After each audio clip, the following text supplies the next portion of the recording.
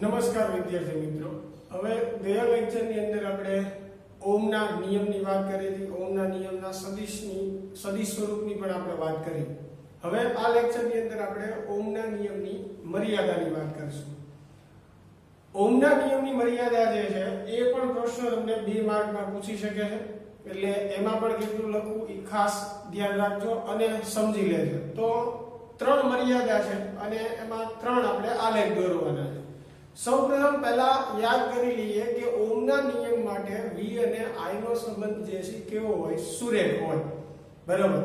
તો એવા પદાર્થો કે જેમાં V અને I નો સંબંધ જે છે એ સુરેખ નથી મળતો, અસુરેખ મળે છે, બરાબર। એટલે કે જેમાં ઓમના નિયમનું પાલન નથી થતું એવા પદાર્થોને આપણે નોન ઓમિક પદાર્થો કહીએ છીએ। તો ઓમના નિયમની મર્યાદામાં પહેલી વસ્તુ આવે છે ડાયોડ અને ટ્રાયોડ, એટલે કે ટ્રાન્ઝિસ્ટર, કે જેમાં V અને I નો સંબંધ જે છે એ આપણને સુરેખ મળતો નથી, બરાબર। એટલે V અને I નો આલેખ સુરેખ ન મળે, એટલે જો એનો આલેખ પણ દર્શાવ્યો છે I અને V જે છે, બરાબર, એનો આલેખ તમે જોઈ શકો છો કે અહીંયા સુરેખ છે નહીં, બરાબર। એના ઉદાહરણમાં મેં કીધું ડાયોડ છે, ટ્રાયોડ છે, આ બધી વસ્તુ જે છે એ નોન ઓમિક પદાર્થો છે કે જેમાં ઓમનો નિયમ જળવાતો નથી, V અને I નો સંબંધ સુરેખ મળતો નથી। એટલે આ પહેલી મર્યાદા છે।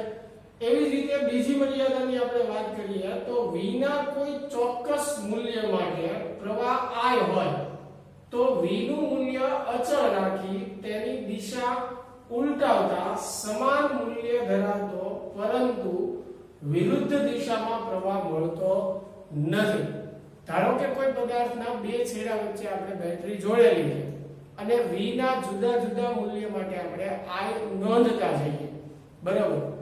તો V ના જે મૂલ્યો માટે અગાઉ આપણને જે I મળ્યા છે એની આપણે નોંધ રાખી। હવે બેટરીના છેડા આપણે ઉલટાવી નાખીએ, વાહકના 2 છેડા વચ્ચે જે બેટરી જોડી છે એના છેડા આપણે ઉલટાવી નાખીએ અને એટલા જ મૂલ્યનો આપણે વોલ્ટેજ જે છે એ પસાર કરીએ તો પ્રવાહના જે મૂલ્યો છે એ અગાઉ જે મળ્યા હતા એ મળશે નહીં, કેમ કે બેટરીના છેડા આપણે ઉલટાવ્યા છે એટલે પ્રવાહની દિશા પણ ઉલટાઈ જશે।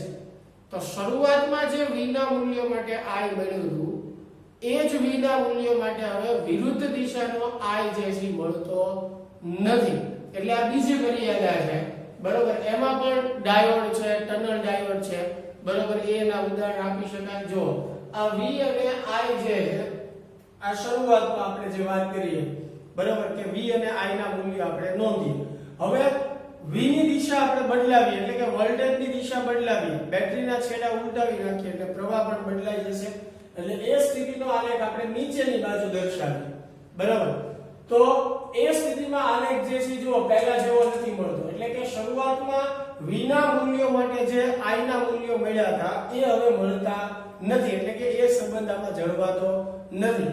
એટલે આ જે છે બીજી મર્યાદા છે, બરાબર, અને એનો આલેખની આપણે વાત કરી। એવી જ રીતે ત્રીજી મર્યાદાની વાત કરીએ તો V અને I વચ્ચેનો સંબંધ અનન્ય હોય છે, એટલે કે V ના કોઈ ચોક્કસ મૂલ્ય માટે I નું કોઈ એક જ ચોક્કસ મૂલ્ય મળે, શેમાં? ઓમના નિયમ, બરાબર, કે જેમાં ઓમના નિયમનું પાલન થતું હોય, અનન્ય ન હોય। એટલે આમાં એવું કીધું છે કે અનન્ય રહેતું નથી। જો અનન્ય હોવું એટલે શું? ફરી એકવાર કહું છું કે V અને I વચ્ચેનો સંબંધ અનન્ય હોવો, તો એનો અર્થ એવો થયો કે V ના ચોક્કસ મૂલ્ય માટે I નું એક જ ચોક્કસ મૂલ્ય મળે, ઈ અનન્ય હોવું એવું થયું।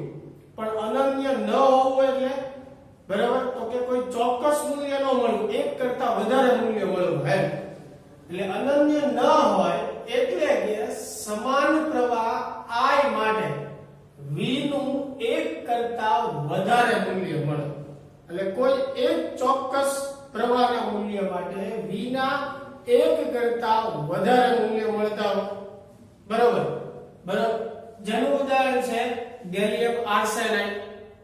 ડાયોડમાં પણ આવું થઈ શકે, ટ્રાન્ઝિસ્ટરમાં આવું થાય છે અને ગેલિયમ આર્સેનાઇડ જે છે એમાં પણ આવું થાય છે। એનો આલેખ પણ જો મેં અહીંયા દર્શાવ્યો છે, આ રીતનો અનિયમિત આલેખ અને અરેખીય આલેખ મળે છે। અહીંયા તમે આલેખમાં કોઈ જગ્યાએ જુઓ, જેમ કે અહીંયા કોઈ ચોક્કસ પ્રવાહનું મૂલ્ય મળશે, પણ આ જ પ્રવાહ માટે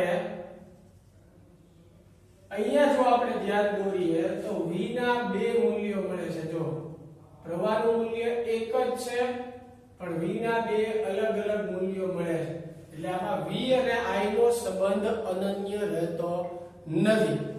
તો ખાસ આજે આપણે ત્રણ મર્યાદાની વાત કરી. ત્રણે ત્રણમાં આપણે આલેખ દર્શાવ્યા, એ પણ તમારે દર્શાવવાના છે જો પ્રશ્ન 2 માર્કમાં પૂછે તો. અને ઓહમના નિયમની મર્યાદામાં જે ઉદાહરણ છે એ બધા સેમિકન્ડક્ટરના છે. સેમિકન્ડક્ટર ચેપ્ટર આપણે આગળ બીજા ભાગમાં ભણશું, જેની અંદર આપણે ડાયોડ, ટ્રાન્ઝિસ્ટર એ બધી વાત આવશે, એની ફોરવર્ડ બાયસ લાક્ષણિકતાની, રિવર્સ બાયસ લાક્ષણિકતાની. ત્યારે આ જે આલેખો જે મેં દર્શાવ્યા છે એ વ્યવસ્થિત તમે ડિટેલમાં સમજી શકશો કે ડાયોડ અને ટ્રાન્ઝિસ્ટરમાં કઈ રીતે V અને I નો સંબંધ રેખીય રહેતો નથી. તો મિત્રો ફરીને હજી એકવાર કહું છું કે આજે મેં પ્રશ્ન ભણાવ્યો હોય એ ઓહમની નિયમની મર્યાદા છે, અને જો 2 માર્કમાં તમને પૂછે તો તમારે આ વસ્તુ લખવાની છે. નેક્સ્ટ લેક્ચરમાં આપણે આગળ નવી